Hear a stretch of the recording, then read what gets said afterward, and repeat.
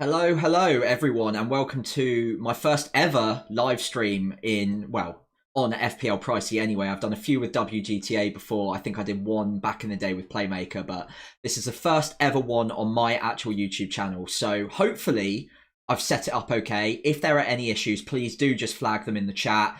There aren't going to be too many watching live. Hopefully a few people will be watching back later. But if you are watching live, say hi in the chat. Drop in any questions you've got as well, and I'll try and get back to as many of them as possible whilst I'm live streaming. But if I'm a bit slow, you know it's because it's my first time doing this just solo by myself. So do bear with me a little bit. I am Sam, otherwise known as FPL Pricey, and today we're going to be discussing chip strategy over, well, pretty much the rest of the season. We've got a lot of information that we've gathered between Game Week 21 and Game Week 22, so I think it's about time that we can actually start mapping out what the best chip strategies are over the next few game weeks, because we're getting pretty close to the double game week season, and of course blanks are on the horizon as well. As I mentioned, we're going to make this interactive, so if you've got any questions about any sort of chip strategies you want to be playing, it's going to always be very team dependent. I'm never going to just say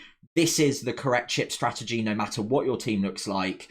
It's obviously going to be very situation dependent, so I thought it'd be much better to make this interactive. We can have a back and forth, and we can discuss it based on your team as well as my own. I can see a couple of you in the chat already. So Meerkat, Veteran, really nice to see you already. Nicholas as well. Hopefully this is going to be a fun show. I'm going to be going for maybe an hour, possibly up to an hour and a half. So fingers crossed we can get through as many different strategies as possible. For the time being though, let's start off with the first slide I've prepared, which is of course going to be the double game week schedule and blanks over the next few game weeks. So this is now our map for the rest of the season. There are quite a few single game weeks. We'll discuss them slightly, but I think it's fair to say most of them are probably going to just stay as normal game weeks between now and the rest of the season. Game week 20 through to game week 24, sorry, game week 22 all the way through to game week 24, sorry, is going to just be normal game weeks. After that, it all gets a little bit more exciting, but the reason that we're discussing this now is because the transfers we make going into game week 22 and the next few transfers are going to really impact what strategy we're going to make as we get to that first double in game week 25. As you can see, I've put in the double game week fixtures for the time being. Man City and Brentford is confirmed. We know that's going to be a double game week fixture for both of them. But Liverpool and Luton aren't necessarily locked in with game week 25. It is going to be likely that they get the double in that game week, and we know that they're going to blank in game week 26. But there are other spots that potentially it could go into at the moment. So it could go into 34, it could go into 37, although as James from Planet FPL reliably informs us, it's very unlikely that's going to happen because Liverpool are pretty likely to be getting quite deep into a lot of the other competitions, and so they don't want a backlog of fixtures to rearrange when it comes to 34 or 37, because they might have other double game week fixtures to place into those weeks anyway, and then the fixture schedulers will have a little bit of a problem on their hands. So it looks like very likely, at least, that we're going to get those four teams doubling in game week 25, and then in game week 26, we know for sure that Chelsea, Tottenham, Liverpool and Luton, as it stands, are all scheduled to blank. FPL has come out with it, so we know that those are blank game weeks as it stands. Obviously, the fixture schedulers could be cheeky and maybe very, very unlikely move them to another point in that game week. But because of the Carabao Cup final, it looks very, very unlikely they're going to do that. So I'm going to just count that as a definite blank game week for the sake of this video. With that in mind, the first and most important thing that I wanted to mention with those two fixtures, with those two game weeks in mind, is Liverpool. Now, Liverpool, as I'm sure you're all aware, doubling in game week 25 and then blanking in game week 26 could be really problematic for a lot of us. We're going to want as many Liverpool assets, probably tripling up on them in game week 25 ideally, but then game week 26, if we're not careful, we could find ourselves in a little bit of a hole if you're not willing to use something like a free hit or a wild card to get out of it. So the first issue that we need to navigate is between 25 and 26, not only do we have to worry about Liverpool players, but we've also got to worry about how many Chelsea players we're holding, how many Tottenham players we're holding, because the more of those players that you hold going into game week 25, the more of an issue you're going to have in navigating 26 as well. As we know, Chelsea and Tottenham are going to blank in that game week too. So in my team, for example, which we'll get onto in just a minute, just so we can run through a couple of examples, in that team, I've got Palmer and Porro at the moment. A lot of us will have the likes of Gusto, maybe Richarlison as well. Heung-min Son will probably be coming back into the thinking around game week 25 as well, because it's likely he'll be back from the Asia Cup around then. So we could easily find ourselves with 6 or 7 players that are potentially blanking in game week 26. And that's not even factoring in the fact that we could also have Luton players. We could be looking at Alfie Doughty in the back line. We could be looking at Carlton Morris potentially as an outside shout. There are players there that also could be double game week players that we're interested in that then blank in game week 26. So I think this is the first place where it really depends what your team looks like. For me, in my team at the moment, I've only got 4 players that I'm worried about. And that would be 2 Liverpool players, which as it stands is Trent and Darwin. So no Salah at the moment. And then I've also got Porro and Palmer. Now, I think with Palmer, I'm pretty happy to potentially hold him through this fixture run. But with Porro, for instance, I think he could be a player that maybe you look at moving on in game week 24 to someone like a Man City defender who will double in 25, but also importantly, have the fixture in game week 26. So that could help to postpone possibly using something like a free hit. Now, if you're in a position where you've got 6 or 7 players that you're probably going to be piling in on for game week 25 and then 26 they're going to be blanking, then that could be slightly more problematic. You might want to look at using a free hit to navigate game week 26. Now, that is obviously an absolutely sound strategy. I wouldn't want to put off anybody from going down that route, although the one thing I would note is that 26 is not going to be the biggest blank of the season. We know that game week 29 is probably going to be a larger blank, and then also game week 34 and 37 are going to be double game weeks. Now those are going to be problematic for their own reasons. Planet FPL James, again brilliant on this, mentioned that the teams that are likely to be doubling in game week 34 probably won't double in game week 37 and vice versa. So if we don't have a free hit or a wild card to navigate between those 2 game weeks, then we're likely going to only have 3 free transfers to use between 34 and 37 to get all the way from one set of doublers to a completely different set of doublers in 37. And that's without even thinking about the fact that in 37, quite a lot of teams are probably going to be on the beach. We're going to have maybe a team or 2 that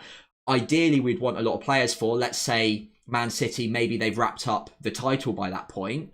They might be rotating heavily by 37 if they have done so. Tottenham as well, maybe, who knows, they've got top 4 qualification sorted for the Champions League. They might be rotating at that point. So we just don't know what that situation is going to be. We might get lucky. We might have 20 teams that are all fighting for something at that point and they all put out strong 11s.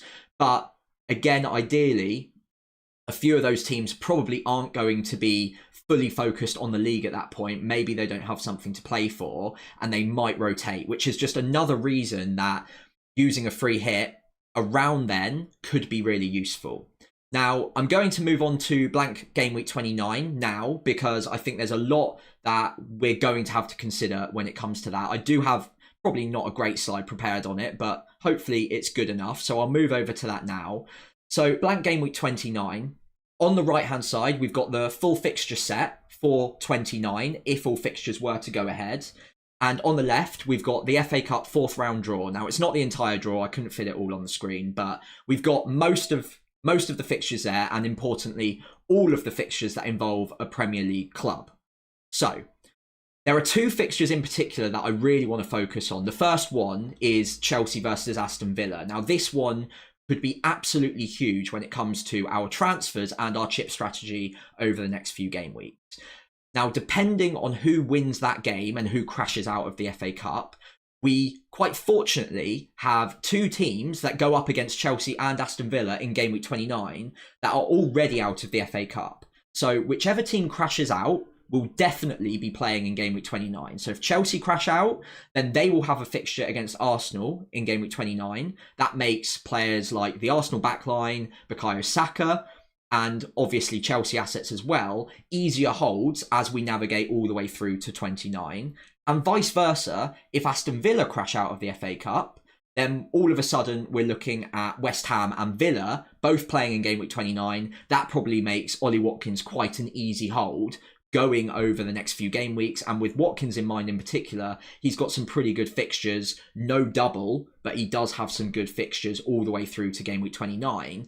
And a lot of managers at the moment are considering, including myself, by the way, looking at someone like Ivan Toney, for instance, or obviously hopping onto Man City, Alvarez, Haaland, and of course Darwin as well, who'll get the double in 25. But if Watkins doesn't blank in game week 29, in a week where Liverpool are pretty likely to blank, as you can see, they go up against Norwich in the FA Cup 4th round, so pretty likely to get through that, and then they only need to get through one more fixture to have a confirmed blank in game week 29. Man City as well, very likely to blank in game week 29. It's very likely that at least one of Man City or Brighton get to the 6th round of the FA Cup. With those players in mind, with those alternatives in mind, Ollie Watkins could be quite an easy hold in 29 if those other games with those other quite tempting options in the striking force don't go ahead. So I think a lot depends on that Chelsea-Aston Villa game. Obviously, we'll get that information before game week 22, and that will probably determine which of the likes of Bukayo Saka or Ollie Watkins are going to be easier players to get rid of for the next few game weeks. Obviously, we're going to want to pile in on Liverpool midfielders or attackers. We're going to want to pile in on Man City midfielders or attackers. Getting rid of one of those two players who are both pretty decently priced, they're worth a fair bit of money. We can get rid of them if they're going to blank in game week 29 as well, quite easily, even if the fixtures ahead look pretty decent. So I'm going to go over to the chat. I see a few comments. Sorry, I'm not keeping up with it too well at the moment. It is my first time, so we'll get through a few of them. So really good to see Fella in the chat. Good to see Meerkat Veteran as well. Nicholas, very nice to see you there as well. As I can see, so the green screen's going down well. That's really good to hear. I was a little bit worried that on a live stream it's going to be a bit buggy, but hopefully the lighting is good enough. I've got the whole Elgato set up at the moment, so fingers crossed it holds out. If there are any issues, just do flag it in the chat and I'll try to get round to it. Hopefully it's not too much of a problem. Meerkat in the chat says, I've got no free hit, but I think I can still navigate and make good teams for 4 or 5 of the double blank game weeks. I completely agree. I think these are going to be much more negotiable, navigatable than in previous seasons. I think in previous seasons we've had so many double game weeks, so many blank game weeks, that, and just so much chaos as well, that it makes it quite hard to navigate. With this season in mind, we've got quite a lot of information already with a few game weeks to go before we hit the doubles, before we hit the blanks. So actually, if you're smart about it, if you start your planning now, you can probably navigate it. And using the wildcard for your situation in particular will be really important to time that well and make sure that you can navigate the blanks and also make sure that you're pretty heavily piled up on the double game weekers as well. I think having a deep squad will be really important. I imagine you'll be wildcarding probably out of game week 29 would be my guess. So probably dead ending into 29, negotiating around 26 and 29 with free transfers, and then maybe not attacking 25 as much as you would have otherwise if you did have the free hit. And then you can wildcard out of it in game week 30 and try and navigate 34 and 37 that way. There probably will be a hit or two involved getting between 34 and 37, but I don't think that's that big a deal. I think there will be a lot of hits flying in the late season anyway. So Meerkat, I think you're probably fine. I don't think that's going to be a problem. Let me know in the comments as well how your free hit went and when you used it, because that is quite interesting to hear. The other thing I wanted to clock at the moment is Brentford being quite an important team at the moment. Their fixtures over the next few game weeks aren't looking the best, but they are the only team that double in game week 29 will definitely play, double in 25 rather, and definitely play in both 26 and 29. So they're going to have the most fixtures out of any team over the next stretch. So getting involved with Brentford assets, obviously Ivan Toney being the most appealing at the moment, will help you navigate the next few weeks, potentially without a chip. Now, with my situation in mind in particular, I'm probably looking at not using a free hit or the wild card until after game week 30. So I'm probably on that dead ending strategy in 29 and then wildcarding out of it in either 30 or 31. So if we go back to the schedule there for just a moment, having a Brentford asset could be really important because you've still got the doublers in game week 25. You don't have to worry about the blanks so much because you know they'll play in that. And then despite the fact the fixtures aren't great, someone like Ivan Toney can return against anyone. Half of his goals last season came against top 8 opposition. So we can look at navigating pretty tough fixtures. And then also we've got the treat of games in 26 and importantly in 29, when a lot of us will probably be looking at dead ending.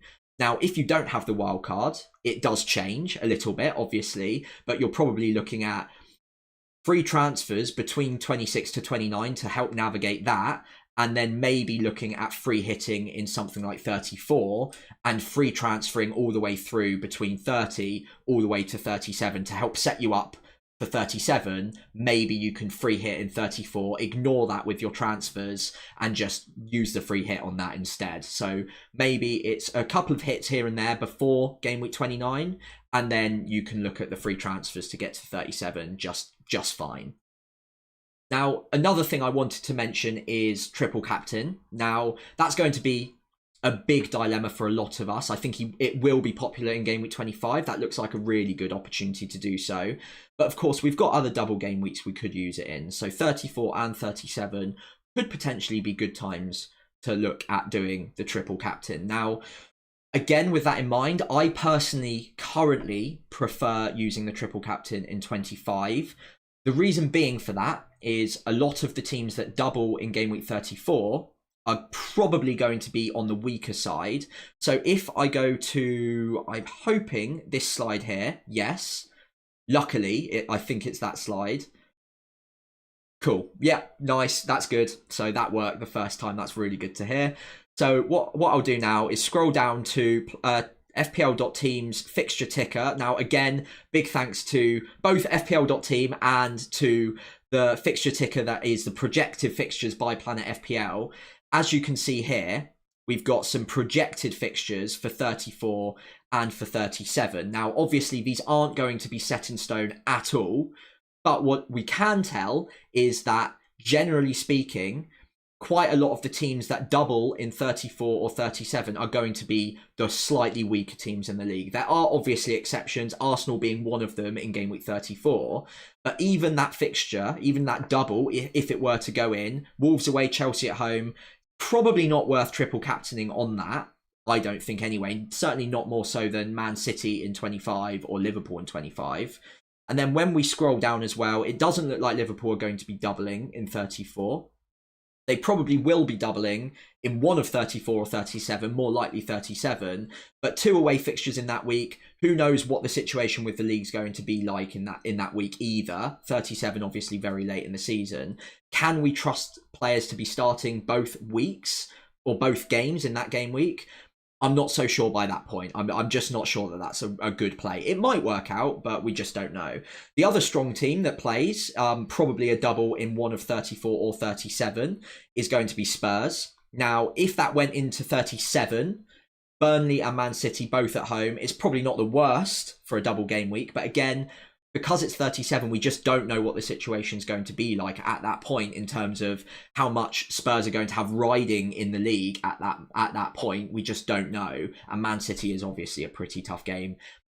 They do have a good record against City, so we can't really argue against that too much. But Heung-min Son's probably the most likely candidate, and at that point, can we guarantee he plays both matches if they've got nothing riding on it at that point?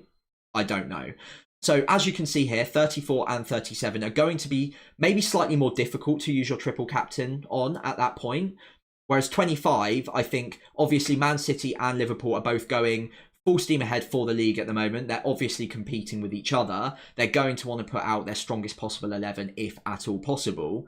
So players like Salah, players like Haaland as well, if fit in both cases, could be really good triple captaincy options. So if I go back to my stream deck now and go back to the chip strategy, what we're looking at in my strategy, for example, is game week 25 probably going to be looking at using the triple captaincy chip. I can probably look at navigating 26 with a couple of free transfers, maybe just one, because again, I'm only probably going to have 4 players in that blank game week that are affected. That will probably be 2 Liverpool players, 1 Tottenham and 1 Chelsea. That Tottenham player, Porro, might have even been sold before then. I'm personally looking at potentially selling Porro in game week 24 for a Man City player. And then obviously that makes it pretty negotiable in game week 26. Now, with 29 in mind, I think it's probably worth having a look at that again more closely in a moment. But again, I'm going to check the chat a little bit more closely now before moving ahead, see if there's any more questions.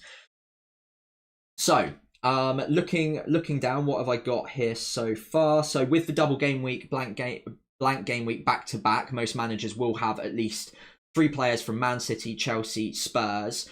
For me, I'll have no bench in game week 26. What about you? So that's from Veteran. Again, completely agree. I'm going to be exactly the same. I'm going to probably be looking at getting out a full playing 11, luckily. But I'll have absolutely no bench. So if any injuries come up, it's going to be pretty difficult and a hit will probably be on the cards. And the players that are starting for me are probably not players that normally I'd be happy starting. So Archer might be an issue. I'm probably looking at selling Archer in game week 26, all things willing, if everything goes to plan, probably for Joao Pedro. Again, that is in itself quite risky. But Charlie Taylor as well, hopefully he's fit by that point. I think they've got Crystal Palace away in game week 26.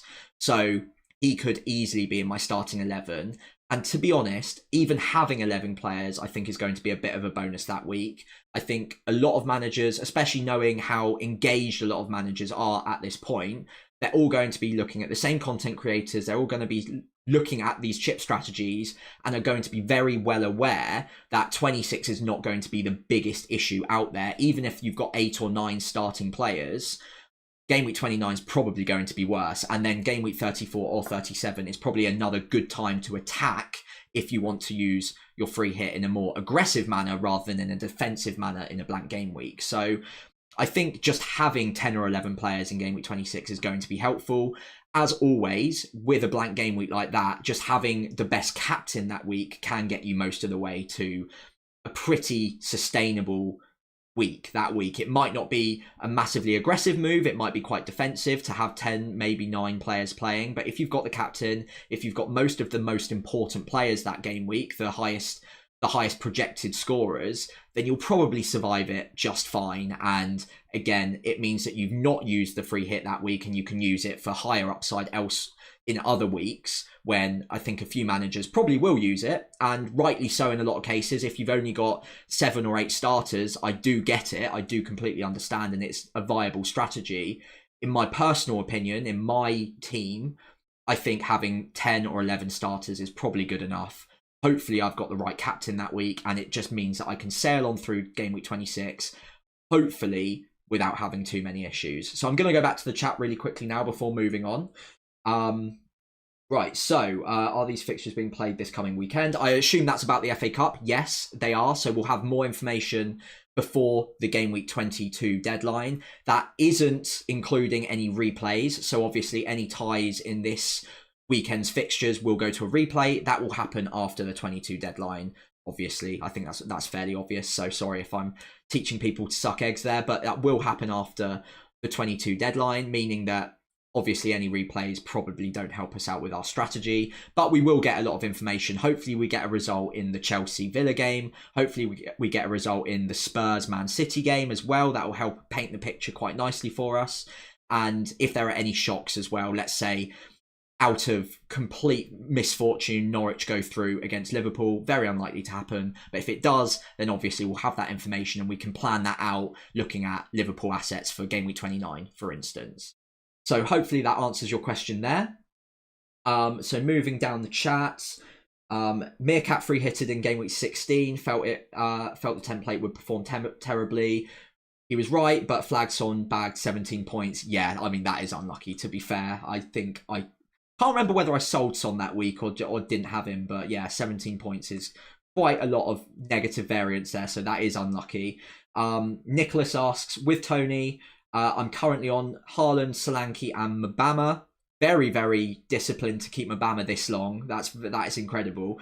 Would you move Solanke to Tony or bring Mbama up and go with a 3-4-3? Now, that's a really interesting question. So I'm actually looking at potentially manoeuvring to a 3-4-3, but with quite a strong playing 8 attackers at the moment. Now, I think Garnacho has presented himself as a good enough option that I'm willing to have him as my 8th attacker in a 3-4-3, and therefore I could move Archer up to even Haaland this game week potentially. It does give me a few more issues elsewhere with budget, so what I might do now actually is move over to my actual team. If let me have a look. Yep, so I've got my team on screen here. So as you can see, I'm in a 3-5-2 at the moment, but one plan for me this game week would be to maneuver Archer over to Haaland, go with a 3-4-3. Not exactly sure who I'd be benching this game week. It would be quite tight, but probably something a little bit like this. Yeah, maybe something a little bit like that. That gives me a very strong bench.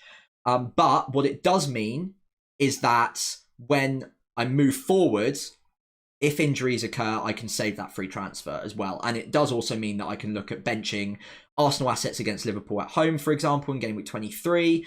And it means that I get to keep Darwin for game week 25. So if I move all the way ahead to game week 25, already that looks slightly better. It means I've got Trent in situ, I've got Darwin, I've got double Man City.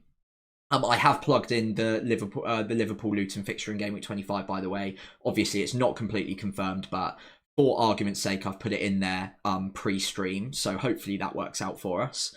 But it does give me a good few doublers, and then by the time I get to 25, I can look at moving on Watkins for Tony, for instance. And I've still got one more free transfer to potentially even look at manoeuvring Bukayo Saka to Jota, for instance, or maybe I can take a hit to bring in Salah if he's back by that point. I'd only need to find 1.1 million elsewhere to enable that. So that is one route that we could take. So if I reset quickly, the other route that I could take is maintaining that 3-5-2, and Garnacho probably becomes more of a regular starter. That would mean that I'm probably getting rid of Darwin, which doesn't quite sit right with me considering his recent form and the fact that they will double. But the other option is getting rid of Ollie Watkins. Now, if Ollie Watkins doesn't have the game in 29, I think he becomes an easier sell, but I've already been punished twice this season where I've sold him and he's immediately hauled. So I am very hesitant to do so because you just never know what's going to happen with him. Now, in your personal situation, who were your specific players? I think you said it was Solanke and Mbama. Yes. So I think with Solanke, it's a tough one, but if we scroll down here to Bournemouth's upcoming fixtures, the next 3 are good. After that, though, in 25 and beyond, Newcastle away from home when they don't double, I think that's an easy time to get rid. So I think in your situation, I'd probably leave it for a little bit because I don't think Brentford's fixtures are good enough that I'd rush into them. Spurs and Man City, I think you can hold on to Solanke for a couple of weeks there. But West Ham, then Nottingham Forest away from home, I think is absolutely fine. You've got a decision to make in 24. So if you've got other transfers that you need to make in game week 25, then maybe manoeuvring Tony in that game week a week early might not be bad. But then in 25, if you can wait that long, manoeuvring Solanke out for someone like Tony, if he's still around at that point, will be a pretty easy move. Mabama as well isn't a bad shout whatsoever. You could easily get rid of him. Obviously, it'll be nicer to have a deeper squad for the upcoming fixtures, but do be careful what that means to your budget. Does that make it more difficult to bring in someone like Salah or have another Liverpool player? Maybe it makes it more difficult to get a Man City midfielder, for instance. So do consider that. Obviously, on paper, it'd be nicer to get rid of Mabama than Solanke. But I think in terms of budget and in terms of structure, it might be wiser in your situation, possibly, to be looking at waiting a couple of game weeks and then looking at Tony in for Solanke at that point. Hopefully that answers your question, but do let me know in the chat if there's anything else you want me to answer on that one. So, moving on, FPL PZ says hello, thank you very much for joining in, really appreciate it. Meerkat again says, thinking of potentially 8 doublers, Darwin, Jota, Trent, Haaland, De Bruyne and Foden, Tony and maybe even Doughty. Now that would be an incredibly deep 8. That would be very, very good. I imagine that's only possible if Salah is out. Obviously, we don't know at the moment whether Salah's going to be in or out for game week 25, but it looks like a pretty serious injury. And obviously they're targeting game week 25 as around the sort of time he'll be back as it stands. We'll obviously know much more very soon, but based on how far Egypt progress in the AFCON, so we'll get probably quite regular updates on his fitness and probably quite transparent ones as well, because Egypt are going to demand transparency on whether or not he's going to be fit in time for a semi-final, for instance, if they get that far. Now, Egypt have got a good draw, so it's quite likely, I think it's about 45% likely that they'll make it through to the semi-final at this point, which means that Salah, basically no matter what happens, is quite unlikely to play in game week 22, 23, and then probably 24 as well. 25, it just depends whether or not he's going to be fit in time. And if they win the AFCON, which looks unlikely but is possible, maybe there's some sort of victory lap that Salah gets involved in and he misses the first half of 25 as well. If Salah is out, that 8 looks really, really strong. I think I'd be very jealous of that 8, especially having the triple up of Darwin, Jota, Trent. Having triple Man City as well is quite helpful, and having Tony as well, because it means that maybe you can negotiate 26 a little bit more easily.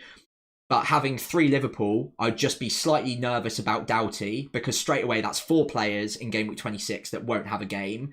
And then I'm guessing you probably have 1 or 2 Chelsea and Spurs. That might not be the case. If not, then you're probably okay. But if you do, then already you're looking at maybe taking a hit, maybe quite a large hit as well in game week 26. So just make sure you are keeping that in the back of your mind if you're trying to get to those 8 players. Potentially you could look at Porro to Doughty, and then you can look at Doughty moved on in game week 26 as well. And that's a way of negotiating that. But yeah, those 8 look really strong. If Salah's not back in time, I will probably be looking at the same exact triple up of Liverpool players, and we'll just wait and see how he fares in the next few game weeks. So Tony asks, do you see Darwin as a player to hold on to for now? Currently got Darwin, Alvarez, Watkins. That is a question I'm asking myself at the moment as well. As I mentioned a minute ago, I'm toying with the idea of selling Archer instead of Darwin. The plan was always to sell Darwin for Haaland this game week, or for Alvarez if Haaland's not available. But now, with Darwin's form, the fact they've probably got that double in game week 25, Darwin's a pretty tough player to sell, especially if Salah's not fit by 25, because Darwin has just exploded since Salah's been away. He's become much more talismanic. He's picking up or hoovering up even more of the chances than he ever was before. And honestly, because he's an agent of chaos, you expect him to be involved in absolutely everything they do. So it would be really, really tough to sell him. And the only reason I'm looking at doing it this game week would be to make sure that I've still got the funds to get to Salah in game week 25. At this point, I think it's pretty 50-50 whether I'm going to even need those funds for 25 for Salah. So I could look at just selling Archer and holding on to Darwin.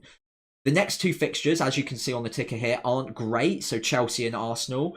But again, Liverpool score against pretty much anyone. So I think he is a good hold. I think unless you need to sell him to make sure you've got the funds, or because we've got news on Haaland definitely starting and Darwin's the only way of getting to Haaland, I think then it's probably fine to hold him otherwise.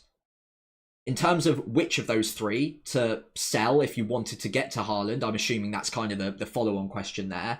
I think Alvarez is probably going to be the player to get rid of eventually if Watkins doesn't have the blank in 29. If he does, then maybe you can look at selling Watkins early and just hoping that he doesn't explode in the next few fixtures, which are looking pretty good for them. Obviously, it's pretty 50-50 whether or not Haaland or Alvarez is going to be starting up front against Burnley. Whichever one starts, you obviously want to hold on to. So Alvarez, if we don't get positive news on Haaland, I certainly wouldn't be selling for him. So after that, FPL Yellow Army, hello mate, how's it going? Yes, Pricey, hope you're well, mate. Very well, thank you. How are you? Would you free hit in 25 or 29? So I kind of discussed this a little bit earlier on, but probably not in the fullest extent. So if I go back to my stream deck and go back to the schedule, because I think that'll be a little bit easier. In 25, it could be a really good time to free hit. I think especially, and this is obviously very unlikely to happen, but especially if we get Chelsea and Spurs moving into game week 25 and it becomes an even bigger double, I think free hitting that week could be really popular all of a sudden, because we're looking at a lot of players that we currently don't own and a lot of exposure on players like Tottenham, Chelsea, Luton even, and definitely Liverpool, who double in game week 25, but you probably don't want to be exposed on them in your team, carrying them into game week 26. So if that fixture, unlikely as it may seem, were to be pushed into game week 25 as well, then I think free hitting is probably the wisest play at that point, because you can get out a really strong 11, you can get back to Son really easily, you can have Porro, you can have Palmer in there, you can have quite a few cheaper assets as well dotted in around Luton and Chelsea and Spurs, maybe even have a couple of Brentford assets too, and have a full playing 11 of double game weekers. And obviously you've still got the best captains, even if you're not triple captaining them that week, and you can then also survive 26 pretty easily as well, just by making the correct free transfers through to game week 24, so you're well set up for 26 without overexposure on Spurs or Chelsea or Liverpool. Now, I think the one problem potentially with that strategy is that those teams that you're free hitting in or the players from those teams you're free hitting in are in good teams that we've got quite a bit of exposure in anyway, and we probably want to have in game week 27, 28 too. So Liverpool players, Tottenham players, Chelsea players, if you're free hitting them in, probably means you're not wasting free transfers on them and bringing them into your side otherwise, which means that you're probably having 2 or 3 game weeks where you don't have the best players from the best teams in 27, 28, if you're not careful. So that's maybe one argument against it, but I think certainly if Chelsea and Spurs, again, unlikely, but if it does go into game week 25, that becomes really good for a free hit. If it doesn't, I still don't mind it, but I think the upside is minimized in comparison to if it did. And I think because I really like that triple captainship in game week 25, I think it makes the free hit much more preferable in other game weeks to me, especially because the triple captain, as I discussed earlier, is probably not going to be a really easy chip to use in 34, 37. I went through some of the teams that are likely to double in those game weeks and some of the fixtures, even for the better teams earlier. So do go check that out if you haven't had the chance to yet. And the teams that get the doubles and the fixtures for those doubles probably aren't that worthy of triple captaining. Obviously, it could work out really well. I'm never going to tell you which week is the right week to do it, and it could work out no matter who you go for. But if we're playing in inverted commas, of course, optimal way, that Man City double or the Liverpool double in game week 25 does look really appealing, and I don't think there's going to be many better opportunities than that, especially when teams are going to have a lot riding on it, so they're more likely to play their strongest 11. So I think the free hit therefore becomes slightly less appealing in game week 25. That doesn't mean it's not a good chip to use, obviously. In 29, which was the other question, I think it can be really useful that game week. I just don't know yet, because we haven't had the FA Cup 4th round fixtures. We don't know for sure which teams are going to be blanking in game week 29 other than 1 or 2.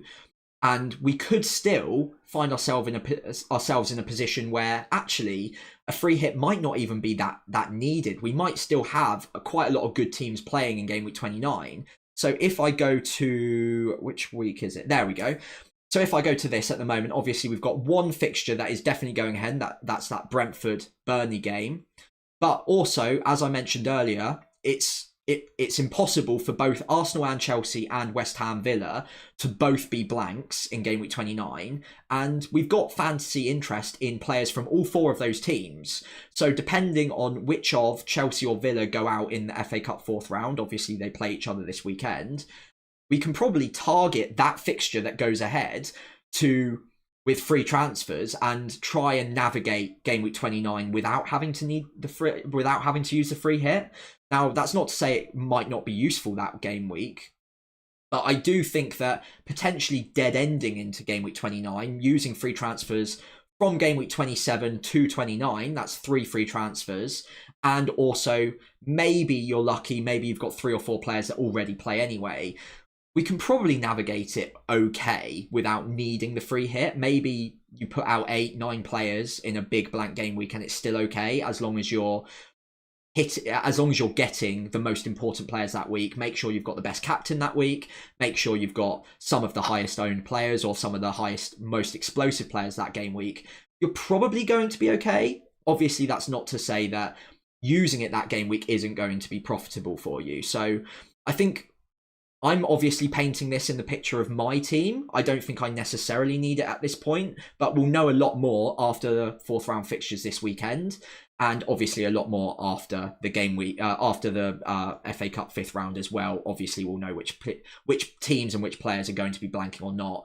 We might get lucky, we might get away with it, and I think for more engaged managers, we're kind of hoping for maximum chaos, right? That's always the idea, that you want as many of the good teams blanking as possible to make it harder to navigate game week 29, and therefore maybe it catches out a few of the less engaged managers and it gives us an advantage. But looking ahead at the moment, I think because of some of the ties in the fourth round, we've got a lot of Premier League opposition against Premier League opposition. It means that quite a few of these games are likely to go ahead. And obviously, we don't know what's happening in the fifth round. Because we've got a lot of Premier League teams still in it, it's quite likely we'll have a few matchups there as well, which means that other Premier League teams will go out in the fifth round and we'll have a few more fixtures go ahead in game week 29. It's likely 4 or 5 fixtures on average will go ahead in 29. Obviously, we don't know yet, but I think we're likely to be able to navigate it probably fairly comfortably. But again, don't let me tempt you away from using a free hit in that game week if you think it's best for your team. So moving on, next comment down was from Lee. Is the double game week in 25 confirmed for Liverpool? No, it's not. So if I go back to the schedule, I have put it on there as a confirmed double. I did say at the very, very start of the stream, so if you weren't there, my apologies. I did say at the start, I put it just in there for argument's sake. It does look very likely it's going to be a confirmed double. At the moment, it's not absolutely confirmed. I think they probably will confirm it if Liverpool progress in the FA Cup fourth round this weekend against Norwich. The reason being for that, and probably the reason they're waiting, is because if they crash out of the FA Cup, it means that they'll have other free mid-game weeks that they could potentially put the Liverpool-Luton fixture into.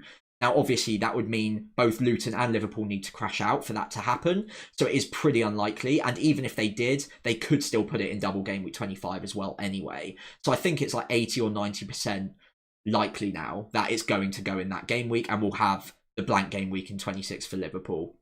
I think the one thing that is for sure pretty much is that Liverpool won't play in 26. We don't know for sure it's going to be that fixture in 25 instead. But as I explained, because Liverpool are expected to go deep in a lot of the competitions and in European competition as well, importantly, it makes it very difficult for them to hope or bank on the fact that they'll have another free mid-game week later on in the season. So they probably need to use 25 to their advantage and put it in there so they don't have a fixture pile up at the end of the season. So no, it's not confirmed, but it is very, very likely. And I'm basically treating it as confirmed at the moment. Maybe unwisely, but we've got to take those little marginal gains where we can at this point. So moving on, have a nice day. Thank you very much, PZ. Really appreciate it. Hope you are too. Disciplined is one word to call it in terms of keeping hold of Mabama. I call it painful. Yeah, fair enough. I've held Archer for a long time, so I know how it feels. Although I guess Archer at least has played at times this season. Tony asks, how do you see De Bruyne changing the dynamic in terms of the choice of the premiums like Trent, Son, Salah, Haaland? Really good question, that. So with De Bruyne, I think in earlier video this game week, I put out a bit of a 4 or 5 minute segment on De Bruyne. That probably explains it much better than I'm about to now. But with De Bruyne in mind, I do really like him as a pick. I'd love to be able to go for him this game week, but I think for me and my team personally, having De Bruyne means that I probably can't have Salah in a few game weeks' time when they get to game week 25 and Liverpool probably have the double. So it's probably an either or situation for me because of funds, because of budget. I could go for De Bruyne now and then maybe swap him out for Salah if Salah's fit, which is something that's keeping me up at night a little bit at the moment. I am debating that, and I am thinking that maybe the upside is there, but I think that balanced with the fact that we don't know for sure that De Bruyne is going to be regularly starting over the next few game weeks makes me just a little bit nervous about bringing in a player that's that expensive when we don't know about the minutes just yet. I think he will be eased in. He'll definitely get some minutes in probably all of these fixtures. And obviously we've seen what he can do in limited minutes. Even in 20, 30 minutes, he can get 2 returns. He is that good. But I think it's fair to say that won't necessarily happen every single week. And the upside is there, but I think there are other players that are more likely to get 80, 90 minutes every week and are explosive enough in midfield that I'm probably more likely to go with them for the time being for that safety of minutes than I am to take a chance on De Bruyne. Now, that's not to say he's not a good option. There are a million managers who have already bought him this game week and would strongly disagree with what I've just said. And he could definitely hurt me. I'm absolutely petrified of what he could do, even in 30 minutes against Burnley. But I'm trying to play the X minutes game a little bit for the time being. And a player that's been out for that long, you just never know. He could easily get injured again in that 30 minutes because he's building up match fitness. That does happen quite regularly.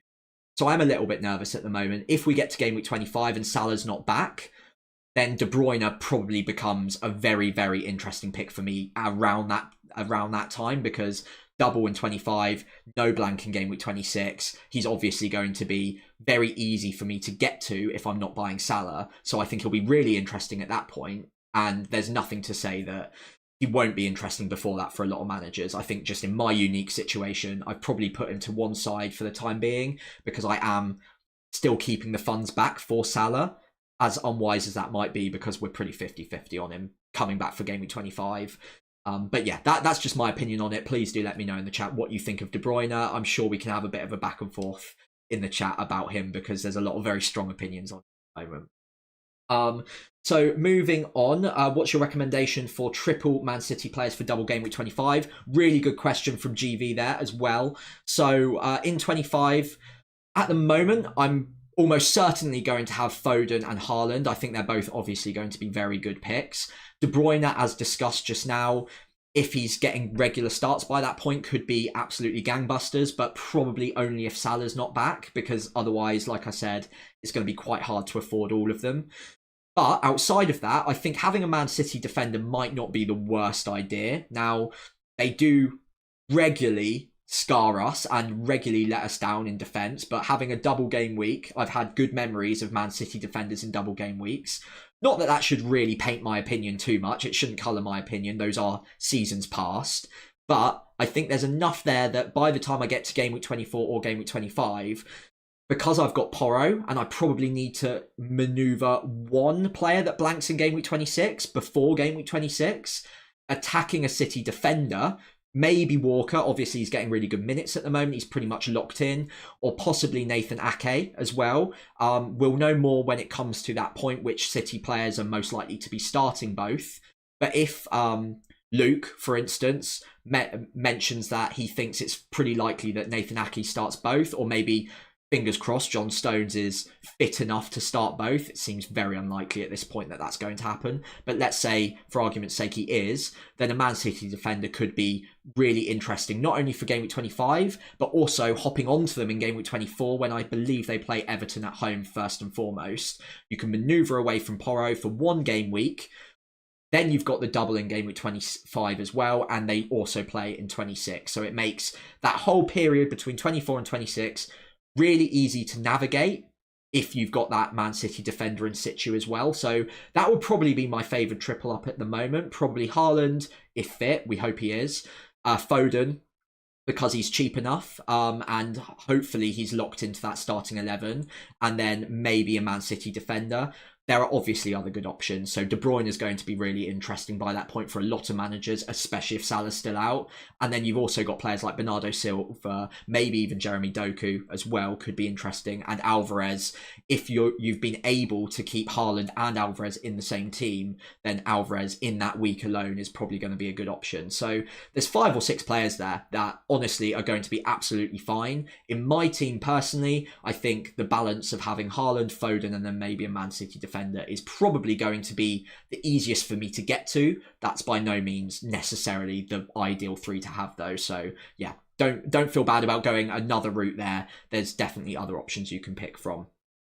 So moving on, FPL discomfort, Kieran, really nice to hear from you. So thoughts on the fun of a free hit 38? I love that idea. I've always wanted to try that. I've never found myself in a situation where I've been able to hold off on a free hit for that long, but it would be great to try that out. I think Planet FPL, I can't remember which one of them, but one of them did a wild card in game week 38 once as well, which again would be really interesting to do, because effectively it becomes a free hit if you're only doing it for 1 week as well. So that could be really interesting. I think you could get massive gains. Obviously it's an opportunity to have one big all or nothing shot at gaining rank, and obviously because all the fixtures go ahead at the same time, we'll get good amounts of leaks. So there's a lot of pros to it, and a lot of players that normally wouldn't start might be confirmed to start that game week. And we often get quite a lot of goals and quite a lot of explosive returns in game week 38. So it's definitely something I'd love to do. I think because there's no obvious place to free hit this season, it's something that I will keep in the back of my mind now, that free hit 38 is always going to be a really fun option.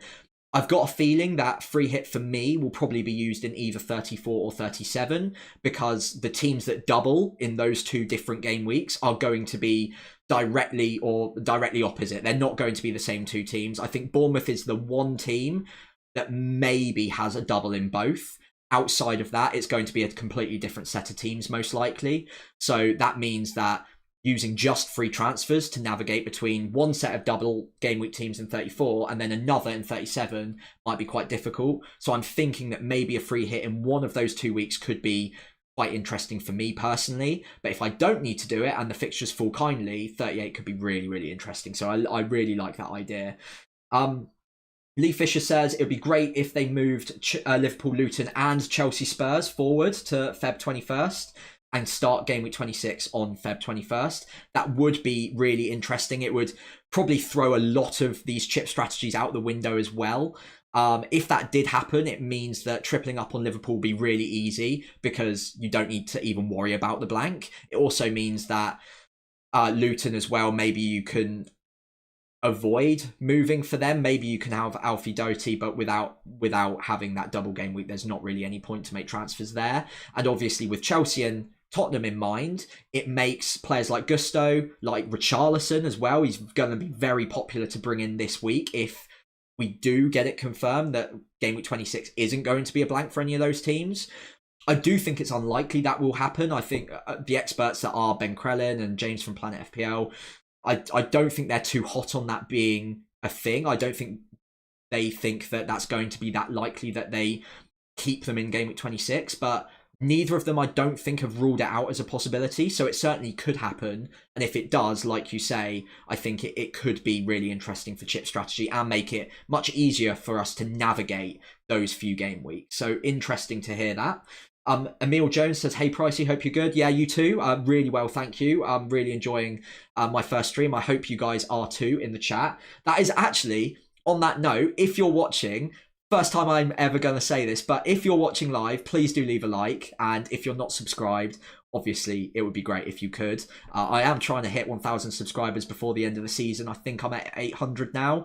It might have gone down a few whilst live streaming if you're all hating this, but if you're enjoying it, it would be great if you could leave a like just to show a little bit of support for it. Hopefully you're enjoying it enough to do that, and if you're enjoying the content generally, it's usually a lot more cut together and a lot better scripted or well put together than it is today. So if this is your first time on my channel, go check out some of my other videos.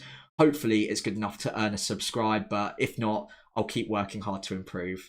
Beyond that, so the question was, sorry, I got sidetracked there. What do you think on triple captain on Haaland in 25? I think that's going to be really likely for me. Hopefully we know that he's going to be fit by then. I think the fixtures, obviously both being at home, are easily good enough for me to be very tempted to do that. I explained earlier on in the video that I think even though we do have other double game weeks in 34 and 37, some of the teams that double and some of the players in the better teams that double don't have good enough doubles or good enough projected doubles in those game weeks where I think about triple captaining. So it makes triple captain in game week 25 really, really likely for me personally in my team. You could look at bench boosting in 25 as well, or free hitting as I've already discussed, but bench boost could be another really interesting option in game week 25 because there are a lot of teams that if I maneuver over here, so if I maneuver here, a lot of the teams in game week 25 that don't have doubles have good fixtures and have cheaper options there. So Aston Villa have Fulham away from home. Arsenal, who have some cheap defenders, have Burnley away from home. You've got Brighton away from home at Sheffield United. Maybe you've got Joao Pedro. Maybe you've got Stupinan. That could be players that you would otherwise have on your bench that could be really tempting to bench boost with. You've got other teams as well, Everton, Crystal Palace, maybe you've got Branthwaite, for example. You've got Man United away at Luton. Obviously, normally, they've got pretty expensive options, but Garnacho's going to probably be starting that game. So he could be a player that sat on your bench that game week that might be really interesting to have playing as a bench boost option then. You've got Newcastle against Bournemouth. You've got Spurs at home to Wolves as well. So if you held on to the likes of Pedro Porro rather, that could be really interesting. You've also got West Ham away at Forest. So generally speaking, bench boost, if you've got a deep enough squad, might not be a bad option that game week. However, with that being said, because both Liverpool and Man City have good enough doubles that I like it enough that I'd probably be willing to just use the triple captain that game week. I don't think there's going to be particularly a better option to use at that time, or this season rather. So I think generally I prefer triple captain in 25, but free hit could work out really well.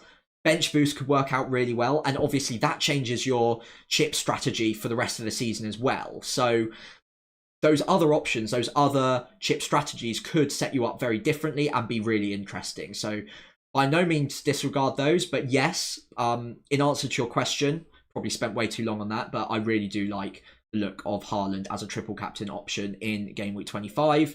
And if Salah's back, he could also be another really good option as well. Brentford and Luton at home there. So Brentford away, Luton at home could be a really good alternative triple captaincy option if he's back in time for that. Obviously, we don't know at this point. FPL Thorpe in the chat as well. Hey mate, how's it going? Nice graphic. Thank you very much. I spent some time on it this morning, trying to make sure they looked okay. Hopefully you're all enjoying them. Tony saying many thanks. Hope you come across really well on the live. Thank you very much. I won't read out the rest of it because it's far too kind, but you've made my day there, so thank you very much. I really appreciate that. And GV saying thank you for the Man City recommendation as well. So thank you very much. I really do appreciate that. Hopefully I've been helpful to you guys. Navy Blue in the chat as well. So hey mate, how's it going? Great live stream. Thoughts on the optimal City triple up? I don't know if you joined in time for when I discussed that a minute ago, but if not, I think it was about 10 minutes ago I mentioned that as well. Very quickly, I'm probably going to be on Haaland, Foden and a Man City defender. That Man City defender will probably come in for Pedro Porro in game week 24 when Man City go up at home to Everton. I think that's a pretty good time to hop off, and then it helps me navigate the 3 game week stretch between 24 and 26. So I quite like that, but obviously KDB is going to be really popular if Salah's still out, and Alvarez, if Haaland is any sort of doubt as well, will still be popular too. So honestly, there's not really many ways you could go wrong, but I think if you want the security or the safest 3, with still good upside, Haaland, Foden, and a Man City defender, whichever one looks most nailed at that time. Likely to be Walcott at Ake, I would assume. But yeah, probably those three for me personally. But let me know in the chat which three you like as well. So I think we're pretty much up to date on the comments at the moment. If there's any other questions you've got, please do feel free to leave them in the chat. I'm trying to get through them as quickly as I can. FPL discomfort again, so good points on 34 37. Thank you very much, really appreciate that. Hopefully that's helped you out, but I do really like the free hit 38 idea. I've always been tempted to do that, and I think it would just be a lot of fun as well, to be honest, and that's half the point of the game, really, isn't it, at the end of the day? So yeah, by no means rule that out if you fancy that as a strategy. So FPL Thorpe says it's very unlikely they stay in game week 26. Yeah, those blank fixtures, completely agree. It does take a lot for them to stay in game week 26 at this point. He's also mentioned in the chat the FA Cup 5th round takes place in the midweek of 26. That's a great point. So for Chelsea, Tottenham, or for Liverpool, Luton to stay in game week 26, really well summarised. Both teams would have to lose in the 4th round. So yeah, that's obviously going to be pretty unlikely. So yeah, really good point. Do follow FPL Thorpe over on X as well. Really good points, and he's regularly doing a really good job on there as well. So do make sure you go and follow them there. Yeah, Emil says triple captain on Haaland is what they meant. Yeah, again, completely agree. I think 25 triple captain on Haaland is going to be really popular. Really good strategy, and probably the one I'm looking at most likely as well. So yeah, absolutely fine. Yeah, Thorpe continues to say, and even if they both lose, not confirmed it will stay in 26. Yeah, again, all really good points there. So yeah, very, very well summarized that better than I did for sure as well. So I think we're probably about an hour in and probably getting towards the end of the stream. So do make sure you ask any questions you've got in the chat. If there's anything I haven't already gone through in terms of chip strategy, do let me know. I've probably missed one or two things as well. What I'll probably do now is have a look at my team and how I'm navigating it with my own personal preferred chip strategy at this point, and hopefully that will shed some light on where I'm coming from, and hopefully help me figure out what I'm going to do for the next few game weeks as well. So I'll go back to the top of FPL team. So again, do make sure you use FPL team. It's absolutely fantastic. What a tool it is. I'm not paid to say that. He's a great guy, Peter. I've met him at a couple of the meets as well. So he really deserves all of the glory on this one. And of course, James and Planet FPL in general for adding to the suggested fixtures, or the projected fixtures rather. Again, obviously a really good follow. So looking at my team, this is game week 22. I will reset it because that is with a transfer made. So at the moment, I've got 12 million in the bank, one free transfer, and there are two moves that I am weighing up, both of which would be for Haaland in. Now, the news coming out today before I started streaming is that he's not going to be ready for Tottenham, but he will be back soon.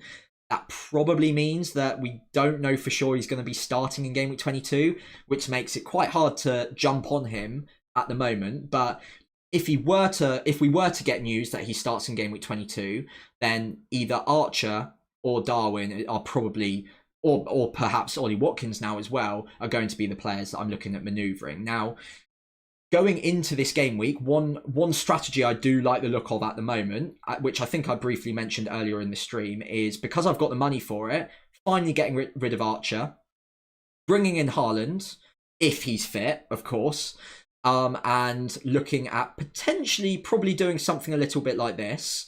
Garnacho can be my 8th attacker most weeks. I do really like him, and it is tough to bench someone like him.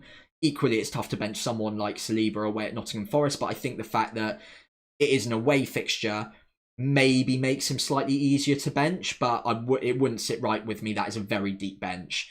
But if I were to pursue with this strategy, it means that I've got a deep enough bench most weeks that I don't need to panic if an injury crops up. So that would be my starting 11 this game week, most likely. Obviously, captaincy on Haaland if he was fit.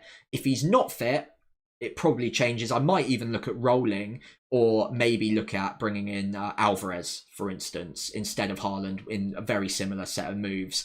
And then as soon as Haaland's back, just swapping them again. So if I move this forward a couple of weeks, I think the next transfer I'd probably make would be in game week 24, most likely. And it would probably be for Pedro Porro to leave. And I don't know which Man City player I'd most likely be bringing in at this point. But let's say for the sake of argument, because he's starting every single week at the moment, it would be Kyle Walker. So if that were the case, obviously I lose the upside of Pedro Porro, but it is against Brighton. I do expect them to score in that game. Porro does return a lot at the moment in an attacking sense, but with Maddison back, he probably won't have as many set pieces. He will still be a good option, but I think because I would have other moves to make in future game weeks, making that move this week is pretty painless, and it means I've still got a good player in 24, but importantly, when I push forward to game week 25, it means that I've got that one extra double game week player. I've still got Trent, I've still got Darwin in this scenario, and I've got Haaland and Foden as well. So that's 1, 2, 3, 4, 5 double game week players. If you look at my bench at the moment, I haven't optimized this at all. I've still got the Garnacho and Saliba. Now, there is an argument to say, well, one of them could definitely start ahead of Palmer against Man City, for instance. But Palmer on penalties, I think, is a fantastic option anyway. So again, if we just leave it as it is and we just focus on the transfers for the time being, I think if Watkins moves to Tony, that's a pretty sensible play. Obviously, by that point, we'll know if Watkins blanks in game week 29. If he does, then I think this becomes an even more sensible play. But that gives me an extra double game week fixture. So all of a sudden, I'm on to 1, 2, 3, 4, 5, 6 double game weekers without a hit. Still got one more free transfer, by the way, at this point. And then potentially, if Salah isn't back, I could look at perhaps doing something like Saka to Jota. I could potentially even do something like Gordon to Jota. I think I've got the money for that. I do. And again, that would be without a hit. And it gives me a couple of things to worry about the following game week. So I think that would give me 4 blank game week players the following game week. But again, I don't think it's an absolute nightmare. So if I just play all of the non-blankers at this point, I probably just need to look at selling one Liverpool player this game week. That could be Darwin, it could be Trent, it could be Jota. I don't know at this point, but I can get out a playing 11 without a hit pretty easily if I go down that route. Now, if I just move it back a week, there is a chance that obviously Salah is available for game week 25. If that were to happen, I'm just going to reset this game week quickly. If that were to happen, then maybe I need to be slightly more cunning with my moves. I think Saka would probably be the player that needed to go in that scenario. Hopefully he blanks in game week 29. If that is the case, then Salah in becomes a little bit easier. And then I've still got one free transfer to try and make up that 1.6 million. Now, it might mean that I have to forego Ivan Toney, but I could look at still selling Ollie Watkins, for instance, and downgrading to someone below 7.1 million. That could, if I'm lucky, be Joao Pedro. Now, Sheffield United away from home is pretty good anyway, but I could equally be looking at Luton away from home for Garnacho, or Saliba away from home at Burnley. On instinct, I'd probably start the penalty taker against Sheffield United. I think that's okay. But any one of those 3 could easily start. Triple captain on Haaland or Salah, depending which one I fancy at the time. And again, it means that the following game week, I'm not a million miles away from having 11 players that week either. Yes, it means I'm starting Taylor, but as I mentioned earlier on in the stream, I don't think that's a massive problem. Away at Crystal Palace, I think if you're ever going to need to start Taylor, that's not the worst fixture for it. So again, without a hit, I could get 11 starters in game week 26. And then I'm probably not going to run it all the way through to game week 29 at the moment, because we simply just, as the prediction is, we just simply don't know which teams are or aren't going to be playing in 29 at this point. We can work it out through odds, but even those are going to be pretty hard to be consistent with, let's say, because we don't know who their 5th round fixture is going to be against if they do make it that far. So it's not going to be too easy to figure out what's going on there either. So I think with game week 29 in mind, I'd likely just want to make some free transfers to get through that in one piece. a lot of these teams are in the better sides, but it's going to be quite difficult, I'd imagine, for all of them to be blanking in that week. So hopefully I'll be able to navigate. By that point, I'll probably be personally looking at wildcarding in game week 30 or 31. 30, I think, is the midweek. So I'd probably prefer 31, but I don't think I don't think it's too difficult to navigate either. And then you can set yourself up nicely for either the bench boost and have a big double game week in 34 or 37. And then the other one, I'd probably be using my free hit in, because as discussed, really importantly, it's very unlikely that the teams that double in 34 will double in 37 and vice versa. So you're going to want a different set of double game week players, which makes a free hit, or maybe a wild card between 34 and 37 that makes those options really popular, because it means that you don't need to use your free transfers to get all the way from one set of double game week players to another set of double game week players in just 3 free transfers, because it's 34, 35, 36, 37. Obviously, you're going to transfer into 34 doublers. So you've got 3 free transfers left at well, 4 at most, but 3 most probably. So I think that probably sums up my strategy for the time being. Hopefully that makes sense. If there are any more questions in the chat before I wrap up, I'll leave it open for a couple of minutes now before we do call the stream. I do need to go and start thinking about dinner soon, but hopefully it's been enjoyable. Just looking at it now. So FPL Thorpe says even thought about Richarlison captain. I'm assuming that's for this game week. I really like it, especially if Maddison's going to be playing, which it looks like he probably is. So I really like that as an option, especially if Haaland isn't back and fit. And I doubt we'll get confirmed news on that. If not, I don't have Richarlison and I'm pretty nervous about not having him. I think in my team, I'm probably looking at Foden at the moment, but that doesn't really sit too well with me. I really like Richarlison as an option for 22 as a captain if we don't get the Haaland positive news. So beyond that, let's have a quick look. Thanks for the Q&A. Really appreciate that, Emil. Thanks for tuning in as well. Really appreciate that. Nicholas says, think it's too soon to go Saka to Maddison this week. I do really like Maddison. I had him earlier this season. He's been fantastic, very explosive. He helps Tottenham tick. So once he's back fit and firing, and I think we've got security in his minutes, then I'm pretty happy to move on him. For the time being, I might wait a week or two, because when players come back from a long injury layoff, so often it's fine, but we do see every now and then they come back in, they start building up match fitness, and then all of a sudden they just have a bit of another setback. I think it happened with Nkunku earlier this season as well. It's happened with Reece James a lot, with Chilwell, lots of Chelsea players it happens to, weirdly. But it does happen. It has been seen. So I think with Maddison, because he's been out for a while, and because Saka's data is still good, we can probably hold on to Saka for the time being. Maddison, we can probably give a watching brief to for maybe a game week or two. And then maybe Maddison becomes a more popular option after 26, unless you're free hitting in 26, of course, because the blank is out of the way and he'll have built up fitness over a few weeks and we'll have some data to see how he's performing as well. So I probably personally wouldn't go for him just yet, but I do really like him as an option. I think a bit like KDB, if you chance your arm on him early and it pays off, like he could be really explosive as a differential for you. So again, don't let me put you off at all.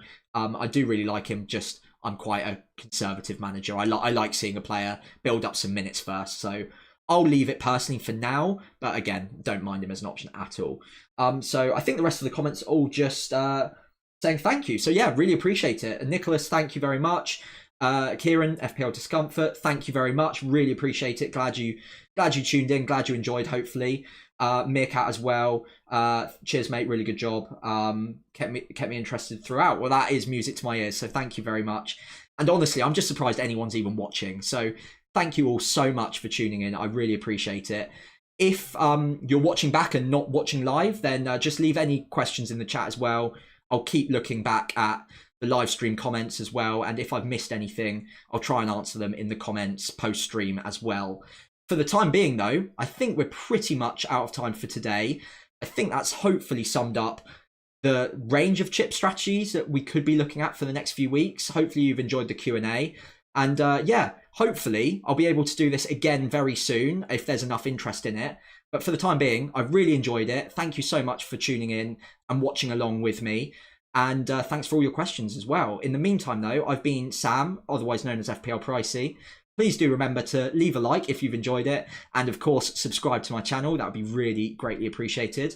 And I'll see you probably later this week, maybe early next week, so Sunday or Monday, for my team selection video, where I'll go through all of this all over again and finally make up my mind on what I'm going to be doing with my team. But for the time being, thank you all so much for tuning in.